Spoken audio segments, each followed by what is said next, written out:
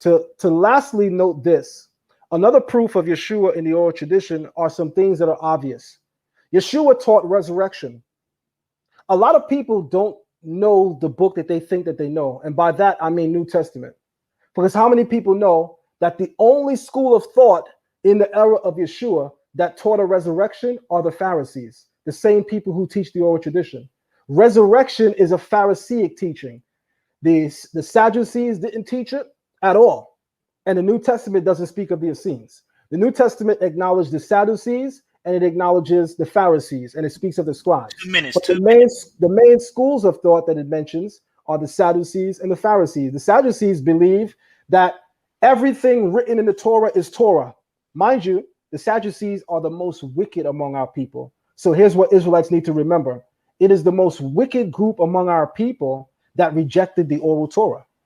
A lot of Israelites don't even realize that. Secondly, Yeshua casted out demons left and right. The Pharisees in the oral tradition goes heavily into the casting out of demons. So the very style of Yeshua's teachings and the contents are the same things taught in the oral tradition. But you would have to actually know what the oral tradition teaches to know that he teaches it. And that's the problem. Israelites don't study the oral tradition. So of course they don't know that he teaches it because they don't know the contents of the oral tradition. And that's the problem. So in your lecture, you stated that in the two Messiah system that Messiah ben Yosef would come if Israel was not righteous enough, and he would come sitting on a donkey. Did Yeshua fulfill that?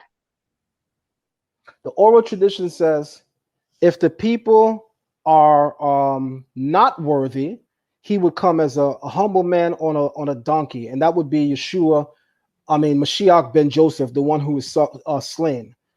The oral tradition says, but if the people are deserving, he would come as the clouds with the clouds of heaven, with the thickness of the clouds of heaven. Now, the fact that the New Testament says that that's how he came, that can't be a defining moment for why I call him the Messiah. Because let's say he did ride a mule. Okay. Did he rebuild the temple? Did he judge the nations? Did he gather in the exiles?